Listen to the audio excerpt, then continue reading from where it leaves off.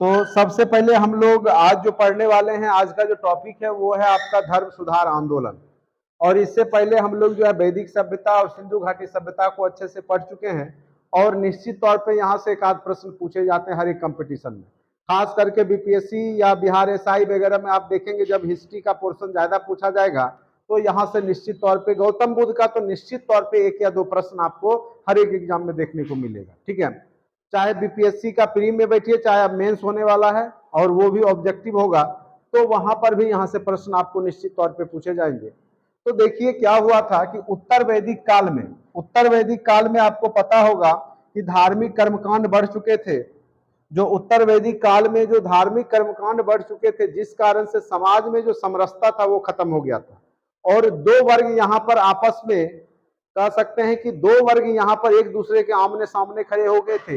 एक था ब्राह्मण, दूसरा क्षत्रिय। क्योंकि ब्राह्मण चाह रहे थे कि हम कर्म कांड के माध्यम से ज्यादा धन इनकम करें, वहीं क्षत्रिय चाह रहे थे कि हम ज्यादा से ज्यादा टैक्स लेके अपनी प्रभुसत्ता स्थापित करें, अपना राज्य स्थापित करें, अपनी सेना को बढ़ाएं। तो दोनों में मतभेद की स्थिति थी। और जो क्षत्रिय वर्ग था वो कहीं ना कहीं ब्राह्मणों के द्वारा जो धार्मिक कर्मकांड हो रहा था तो उसके विरोध में खड़ा हुआ। और खास करके आप देखेंगे कि धर्म सुधार आंदोलन या धार्मिक आंदोलन जो 6ठी सदी में हुआ है, 6ठी सदी ईस्वी पूर्व में, उसका मेन कारण यही है ब्राह्मण और क्षत्रियों के बीच की मतभेद की स्थिति। ठीक है, उपनिषद बनाए गए क्षत्रियों के द्वारा और उसमें जो है जो यज्ञ हवन है उसको टूटी हुई नौका के समान बताया गया था। क्यों? चूंकि यहाँ पर आपने देखा होगा कि उत्तर वैदिक काल में धार्मिक कर्मकांड बहुत ज्यादा बढ़ चुका था और यहाँ पे हजारों की संख्या में पशु बलि दी जाती थी। बहुत सारे यज्ञ हवन किए जाने लगे, जैसे राजसूय यज्ञ, वाजपेयी यज्ञ, उसमें हजारों की संख्या में जानवरों की बलि दी जाती थी। और कहा जाता था कि जब तक इतने जानवर की बलि नहीं दी जाएगी तब तक सूर्योदय नहीं होगा। इस तरह की मान्यताएं आ चुकी थी। 16 संस्कार दे दिए गए थे, यानी एक मनुष्य के जीवन में 16 बार ब्राह्मणों की आवश्यकता थी। तो कहीं ना कहीं वह समाज को तोड़ रहा था और क्षत्रिय की भी स्थिति और साथ साथ जो वैश्य शूद्र थे उसकी भी स्थिति समाज में धीरे धीरे कमजोर हो रही। तो क्षत्रियों ने इसका जिम्मा उठाया और इन्होंने ब्राह्मण के द्वारा जो धार्मिक कर्मकांड था इसका विरोध करना शुरू किया। और इसी क्रम में आप देखेंगे कि गौतम बुद्ध, ठीक है, जिनका बचपन का नाम सिद्धार्थ था, उन्होंने एक नया धर्म बनाया, बौद्ध धर्म। उसी प्रकार से आपके महावीर स्वामी ने जैन धर्म बनाया। दोनों क्षत्रिय थे और दोनों ने जो धार्मिक कर्मकांड था जो ब्राह्मणों के द्वारा जो किया जा रहा था हिंदू धर्म में, उसका खिलाफ किया, विरोध किया और एक नया धर्म को बनाया। तो धार्मिक आंदोलन के कई कारण थे, उसमें से आपको मेन कारण हमने आपको बता दिया, वह था कि जो उत्तर वैदिक काल का कर्मकांड का बढ़ जाना। ठीक है, अब यहां पर देखिए ईसा पूर्व 6ठी सदी, और यह घटना कब की है? 600 ईस्वी पूर्व की घटना है। यानी अभी पूरे विश्व में बस एक ही सभ्यता चल रही है, वो है आपकी सिंधु घाटी सभ्यता के आसपास का क्षेत्र। यदि आप यूरोपीय इतिहास पढ़ते तो 1000 ईस्वी पूर्व में शुरुआत होती है। ठीक है, और यहाँ पे हम लोग 600 ईस्वी पूर्व से यहाँ पे ज्ञानोदय हो चुका है। यानी गौतम बुद्ध जैसे, महावीर स्वामी जैसे यहाँ पर कह सकते हैं कि ज्ञानवान व्यक्ति का पदार्पण हो चुका है। ठीक है, तो यहाँ पर देखिए ईसा पूर्व 6ठी सदी के उत्तरार्ध में मध्य गंगा के मैदानों में अनेक धार्मिक संप्रदायों का उदय हुआ। केवल बौद्ध धर्म, जैन धर्म ही नहीं था, बल्कि अनेक धर्म के उदय हुए, जिसमें कि मेन रूप से आपका जैन धर्म और बौद्ध धर्म महत्वपूर्ण था। इस समय विश्व के अनेक देशों में भी आंदोलन के प्रमाण मिलते हैं, जैसे चीन में कन्फ्यूशियस इसी समकालीन है, ईरान में जरथुस्ट्र जो थे इसी के समकालीन है, और यूनान में पाइथागोरस।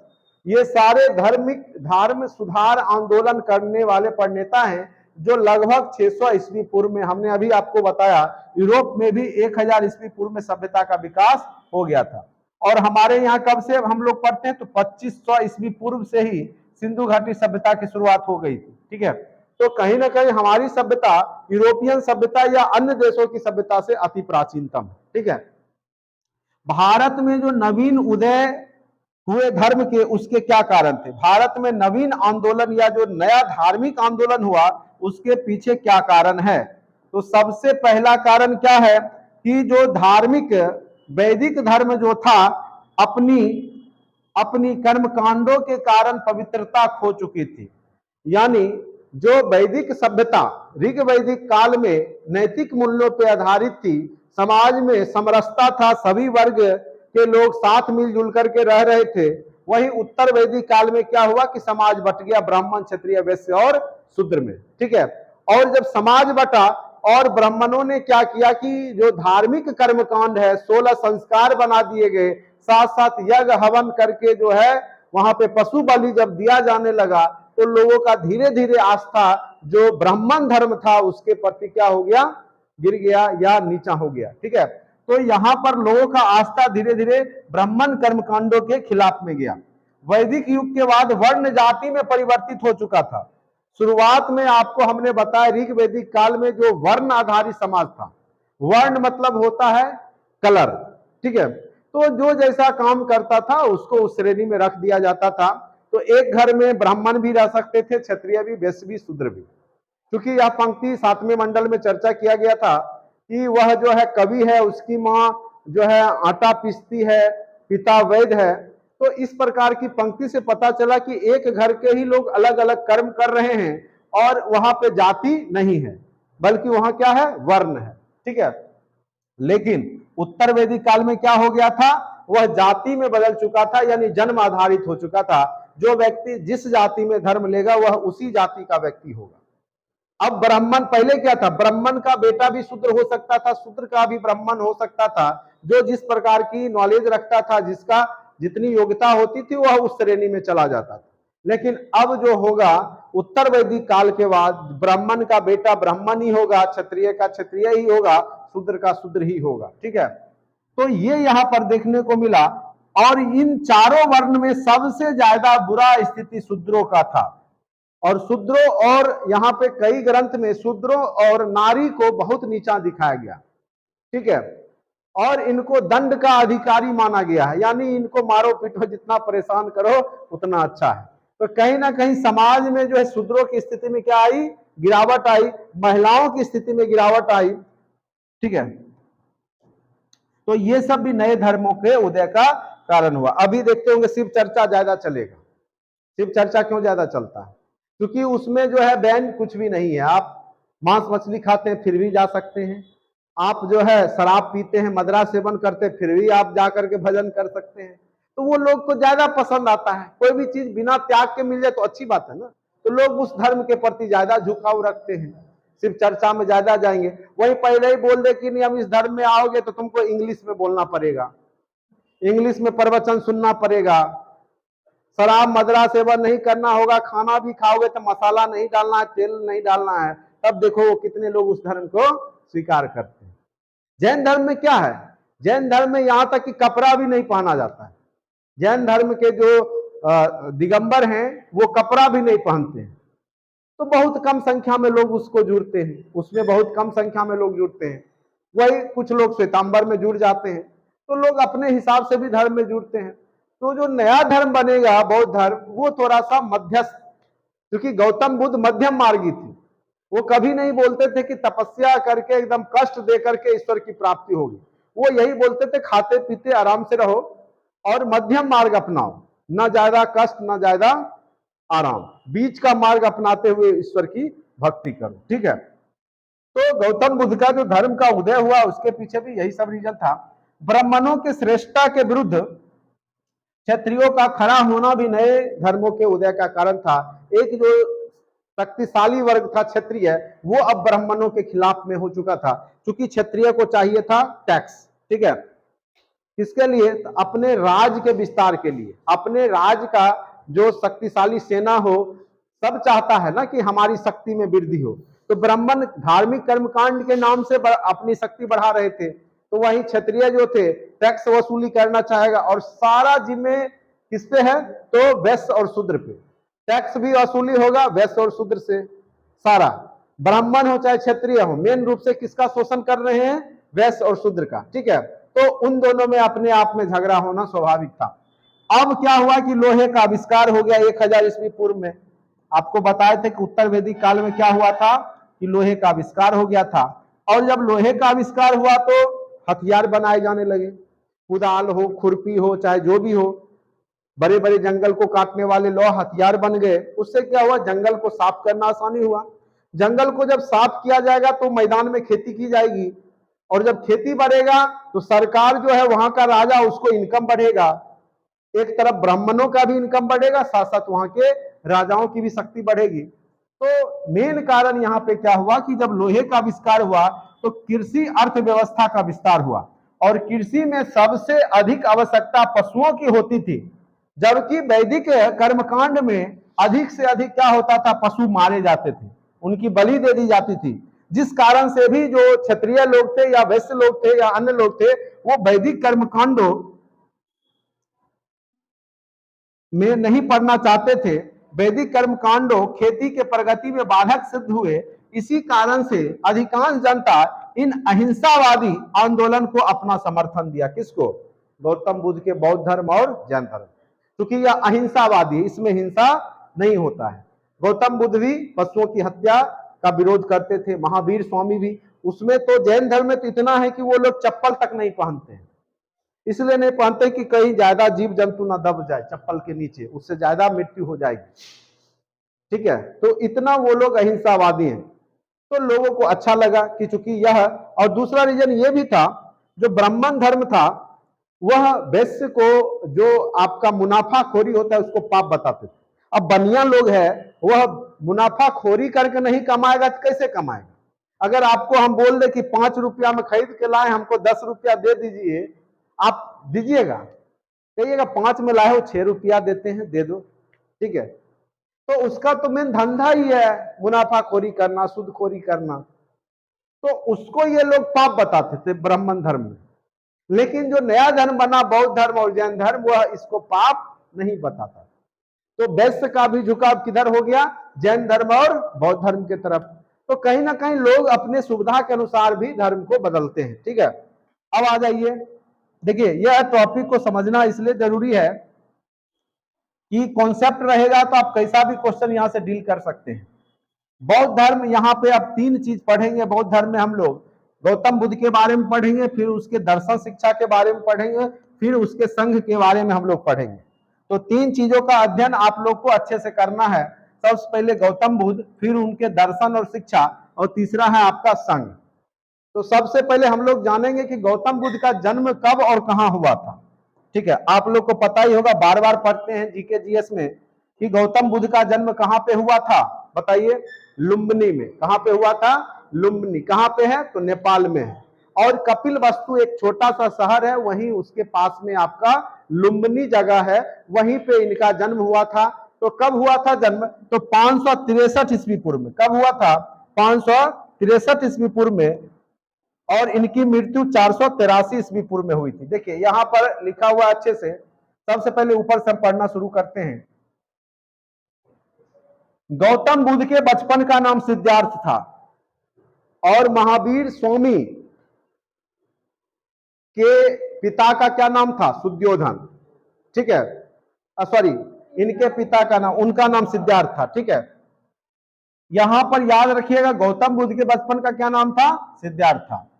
गौतम नाम इनकी माता के नाम पे पड़ता है। इनकी माता जो सौतेली माँ थी, अपनी माँ की तो महामाया देवी था। क्या नाम था? महामाया देवी। और इनके जन्म के 7वें दिन या 6ठे दिन ही इनकी मृत्यु हो गई थी। ठीक है, महामाया देवी की। तो इनका लालन पालन इनकी स्टेप मदर यानी सौतेली माँ जो थी, प्रजापति गौतमी, उन्होंने किया, और गौतमी के नाम से इनका नाम गौतम बुद्ध पड़ा। ऐसे वास्तविक नाम इनका क्या था? सिद्धार्थ था। इनके अन्य नाम भी है अंता, क्योंकि आत्मा को ये नहीं मानते थे, इन्होंने खंडन किया। शाक्य, क्योंकि इसी कुल में ये जन्म लिए। गौतम बुद्ध किस कुल में जन्म लिए थे? शाक्य कुल में। ठीक है, मारजीत इसीलिए कहा जाता है, इन्होंने मार को भी पराजित कर दिया था, यानी जो उंगली माल डाकू था, जो मृत्यु का उस समय देवता बना हुआ था, उसको भी इन्होंने पराजित कर दिया था। ठीक है, उसके बाद में इनके और भी नाम आए। मैत्रेय भी नाम है इन्हीं का, अवलिकेतेश्वर भी इन्हीं का नाम है, वज्रपाणी भी इन्हीं का नाम है। तो हो सकता है कभी भी, इसमें चूंकि डीपली है, सारा पॉइंट से लिखा गया है, इसलिए हमने पद्म पानी भी गौतम बुद्ध को ही कहा गया है। बेरोचन और मंजूश्री भी इन्हीं का नाम है, गौतम बुद्ध का ही। तो कई बार हो सकता है दे दे 4 ऑप्शन, कहेगा इनमें से कौन सा गौतम बुद्ध का नाम नहीं है। हो सकता है क्वेश्चन क्रिएट यहां से कर देगा। ठीक है, तो चूंकि पढ़ ही रहे तो अच्छे से हर एक चीज पढ़ के जाओ, जिससे कि किसी भी प्रकार का टॉपिक पढ़ने का अर्थ है कि अगर कहीं भी, चाहे वो यूपीएससी के एग्जाम में ही क्यों ना पूछे, आपके नोट से बाहर नहीं होना चाहिए। और गारंटी के साथ बोलेंगे जितना हमारे नोट्स में है, आप यूपीएससी का भी प्रश्न आप देख लीजिए 10-20 साल से हिस्ट्री में, उससे ज्यादा आपको कहीं आपका पूछा नहीं गया है, आप देख सकते हैं। अब आते हैं, पिता का नाम क्या था इनका? शुद्धोधन, जो कि कपिलवस्तु के पास एक जगह था लुम्बिनी, वहीं के शाक्यगण के मुखिया थे, प्रधान, एक प्रकार से राजा ही कह लीजिए उस समय। माता का नाम माया देवी, कई किताब में महामाया भी रहता है, और यह कौली गणराज की कन्या थी। पालन पोषण इनकी मौसी, स्टेप मदर इनकी मौसी ही बनती है, सौतेली माँ, महाप्रजापति गौतमी रहेगा नाम इनका। पत्नी का नाम यशोधरा था, गौतम बुद्ध की पत्नी का क्या नाम था? यशोधरा, जबकि महावीर स्वामी की पत्नी का नाम यशोदा था, तो कंफ्यूज मत होइएगा। इनका जन्म 563 ईस्वी पूर्व में हुआ था। कहां पे हुआ था?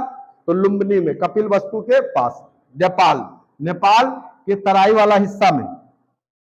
और जब इनका जन्म हुआ था तो उसी समय इनके राज दरबार में दो, कह सकते हैं कि भविष्यवक्ता आए थे, उनका नाम था कालदेव और कौंडिन्य। जब उन्होंने वहां पे दौरा किया था या आए थे, तो उस समय ही इनकी भविष्यवाणी हो चुकी थी, या तो यह एक बहुत बड़ा चक्रवर्ती सम्राट बनेगा जिसका कि पूरे चारों दिशा में नाम होगा, या यह बहुत बड़ा सन्यासी बनेगा जिसका पूरे विश्व में नाम होगा।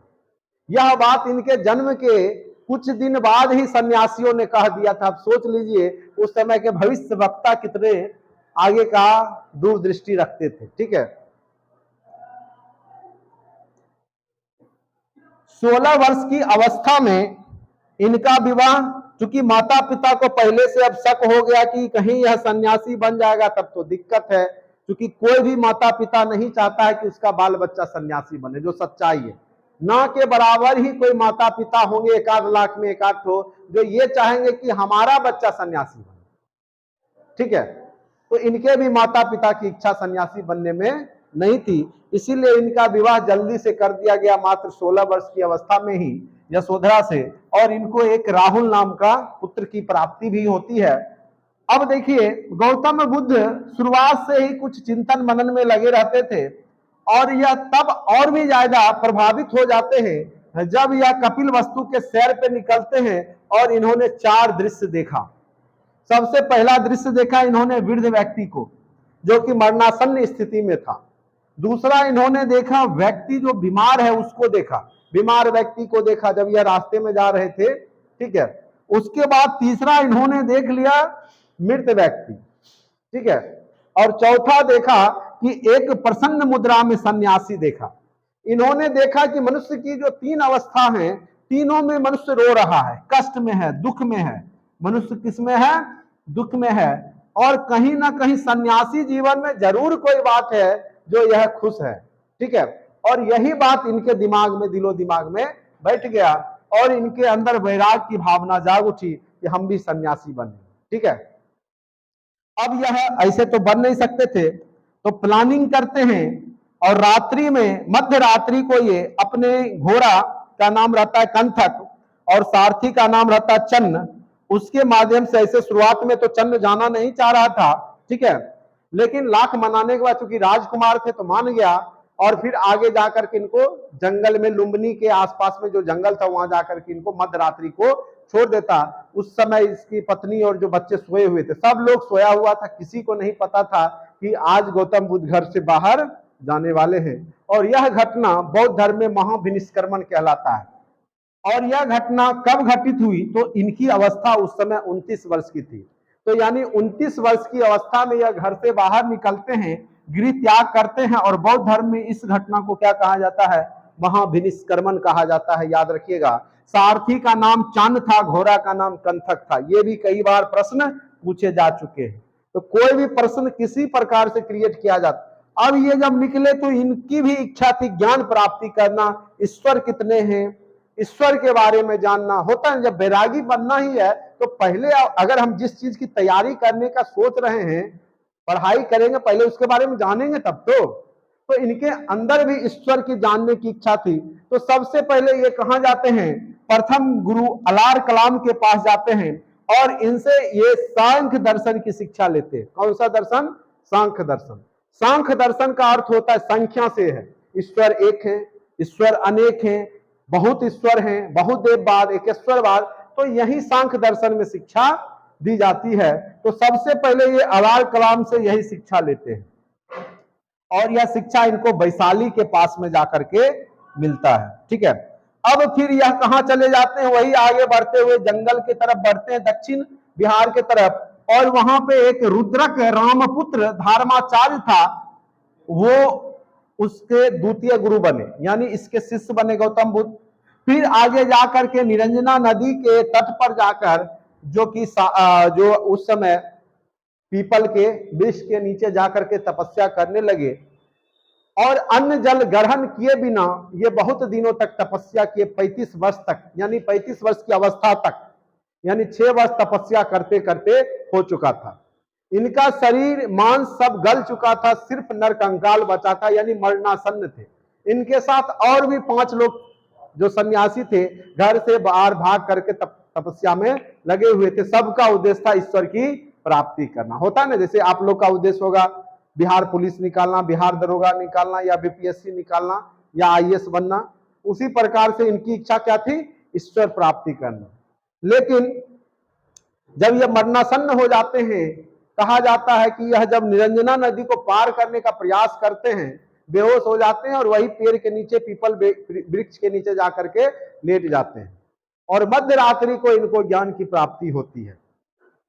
ठीक है, वैशाख पूर्णिमा के दिन मध्य रात्रि को इनको ज्ञान की प्राप्ति होती है। सुबह उठते हैं, सबसे पहले आसपास के गांव में जाते हैं, भोजन तलाशते हैं कि कोई हमको भोजन कराओ, नहीं तो हम गए आज निपट लेंगे।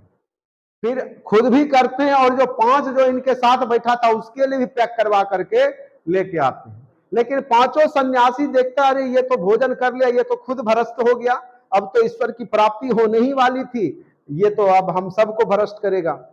का इससे कोई मत बात करना, यह भ्रष्ट हो चुका, खुद खाया और हम लोग को खिलाने पे लगा हुआ है। गौतम बुद्ध लाख समझाए, नहीं माना, वो भाग करके आगे जाके सारनाथ में बैठ गया सब। तो गौतम बुद्ध भी खोजते खोजते पहुंचे, चूंकि उनको लग रहा था अगर ये लोग 1-2 दिन में भोजन नहीं किया तो मारा जाएगा सब। ठीक है, तो वहां पहुंचे तो उसी दरमियान क्या हुआ कि एक सारंगी वादक जा रहा था उसी रास्ते से, उसको बुलाए तो उसी 5 में से एक को देते, कहते बजाओ। तो पहले मध्यम ध्वनि दिया, धीरे धीरे कहे और भी तेजी से बजाओ। तो क्या हुआ, उसका धागा टूट गया, सारंगी का धागा टूट गया। कहा अब बजाओ, कहा अब कैसे बजेगा, धागा तो टूट गया।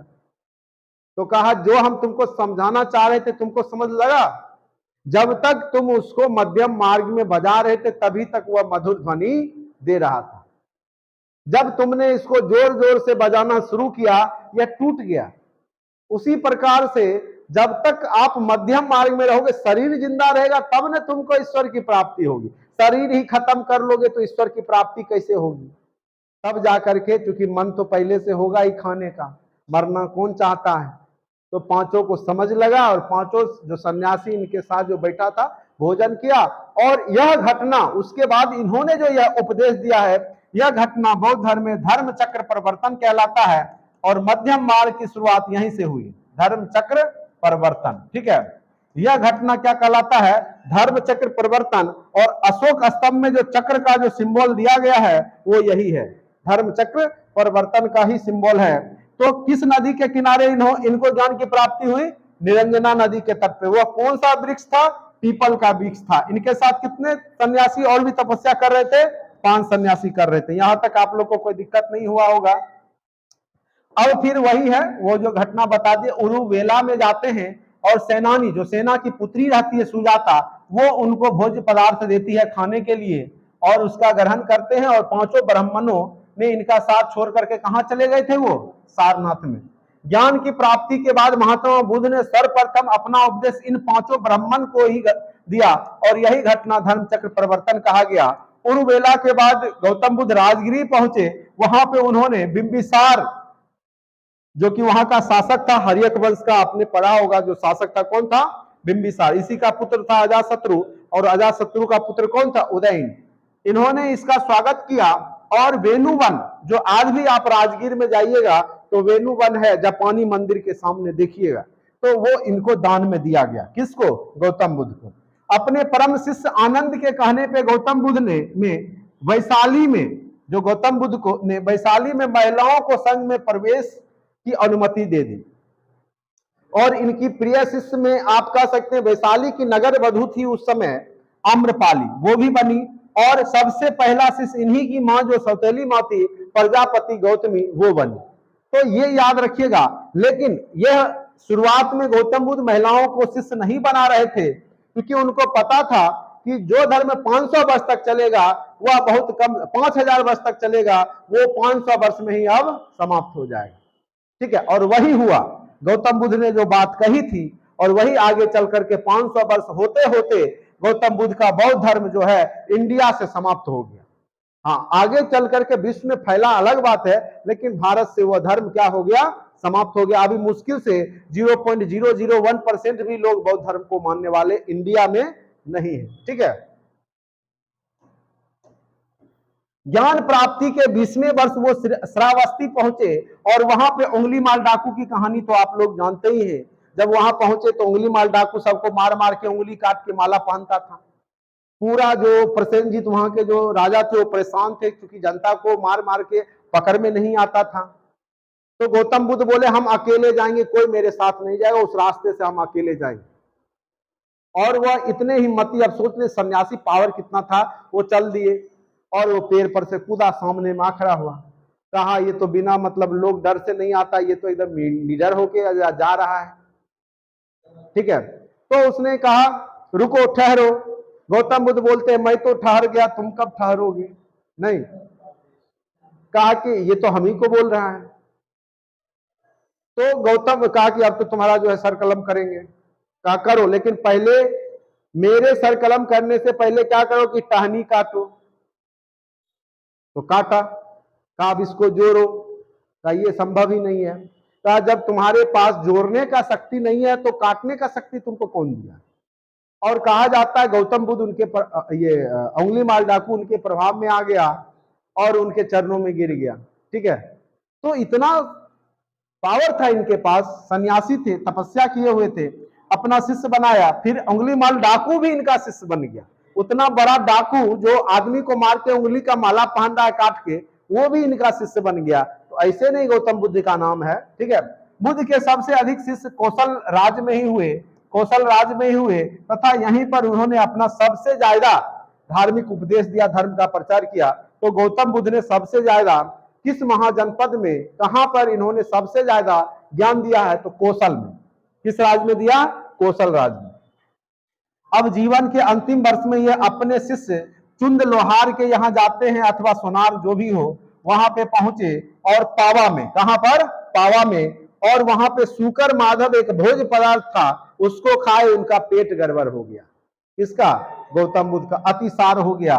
ठीक है, फिर पावा में ही कुशीनगर में चले गए और यहीं पर कुशीनगर में ही सुभद्र को अंतिम उपदेश दिया। सुभद्र कोई व्यक्ति है, उसको अंतिम उपदेश दिया। और 80 वर्ष की अवस्था में कुशीनगर में ही इनकी मृत्यु हो गई। तो कई बार पूछेगा कि गौतम बुद्ध की मृत्यु कहां हुई? तो याद रखिएगा कुशीनगर में, जिसे बौद्ध धर्म में महापरिनिर्वाण कहा गया। गौतम बुद्ध जब मृत्यु को प्राप्त होते हैं तो यह घटना बौद्ध धर्म में क्या कहलाता है? महापरिनिर्वाण। और गौतम बुद्ध या बौद्ध धर्म का परम लक्ष्य भी होता है निर्वाण की प्राप्ति करना। ठीक है, यहां तक किसी कोई दिक्कत भी है? अब यहां पर कुछ प्रतीक है, वो देखिए। बौद्ध धर्म में सर्वोच्च ज्ञान को ही निर्वाण कहा गया है। निर्वाण का मतलब होता है कि आत्मा परमात्मा जो जन्म मरण का चक्र है उससे मुक्ति मिल जाना। और गौतम बुद्ध का मानना था कि मनुष्य बार बार इस धरातल पे अपने कर्म को भोगने आता है और वह कर्म ही खत्म हो जाना। कहने का मतलब है कि जन्म मरण का चक्र से मुक्ति मिल जाना ही क्या है? निर्वाण है। निर्वाण बुद्ध को भी प्राप्त हुआ और आगे चल करके इनके कई आचार्य जो होते थे उनको भी प्राप्त हुआ। बौद्धों के अनुसार निर्वाण इच्छाओं की पूर्ण समाप्ति के बाद ही प्राप्त होता है। गौतम बुद्ध बोलते थे मनुष्य का जीवन दुख से भरा है और इस दुख का कारण क्या है? मनुष्य की इच्छाएं। जब तक मनुष्य इच्छा पे कंट्रोल नहीं करेगा तब तक दुख उस पे कंट्रोल नहीं कर सकता। ठीक है। आमतौर पर अन्य दर्शनों में मृत्यु को दुखदायी माना गया, किंतु बौद्ध धर्म में मृत्यु को आनंद का प्रतीक मानते हैं और बुद्ध की मृत्यु को ही मतलब क्योंकि गौतम बुद्ध की जो मृत्यु हुई है उनको निर्वाण की प्राप्ति के बाद हुआ है। ठीक है। पहले इनको निर्वाण मिला तब जाके इनको मुक्ति मिली, यानी इनकी मृत्यु हुई। इनके जन्म का प्रतीक हाथी, बैल, कमल का पुष्प है। इसीलिए जब आप देखते होंगे आपका जो अशोक स्तंभ है, अशोक स्तंभ में आप देखते होंगे कि यहाँ पे जो चक्र उक्र बना रहता है, हाथी घोड़ा जो यहाँ पे बना रहता है ना, यहाँ पे हाथी घोड़ा, हाथी बैल, अधोमुखी कमल, ये सब सारा क्या है? गौतम बुद्ध के ही बौद्ध धर्म से जुड़ा हुआ है। क्योंकि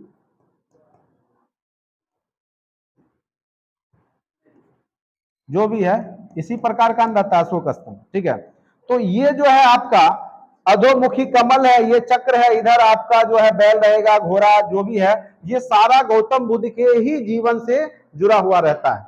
गोत्र का प्रतीक यहाँ पे इनका बैल है, शाक्य कुल शेर का प्रतीक है, प्रथम धर्मोपदेश चक्र का है, गृह त्याग की घटना जो महाभिनिष्क्रमण है उसका घोड़ा है, ज्ञान की जो है वो पीपल का वृक्ष है। ठीक है। तो इस प्रकार से, और जो महापरिनिर्वाण होता है उनका जो पद चिन्ह है, स्तूप है, वो इनका क्या क्या चीज का सूचक है? तो महापरिनिर्वाण का सूचक है, यानी मुक्ति का सूचक है। ठीक है। तो आज इतना ही रहने देते हैं क्योंकि बड़ा टॉपिक है। तो आज गौतम बुद्ध के बारे में हमने आपको पूरा कहानी उनके जीवन के बारे में बता दिया। नेक्स्ट वीडियो में हम आपको दर्शन और उनके जो संघ आए हैं, जो उनके उपदेश है, उसके बारे में आपको पढ़ाएंगे। ठीक है। चूंकि यह एक लेक्चर का और है, बहुत बड़ा है, क्योंकि उनके बहुत सारे उपदेश है और उपदेशों के माध्यम से ही और बहुत ज्यादा आगे चल करके फिर बहुत सारा जो है आपके बौद्ध महासंगति भी हुआ है जहां से प्रश्न पूछे जाते हैं। इसीलिए यह टॉपिक अभी आपका कंप्लीट नहीं हुआ है, सेकेंड वीडियो में ही आपको वह पूरा कंप्लीट होगा। आज के लिए इतना।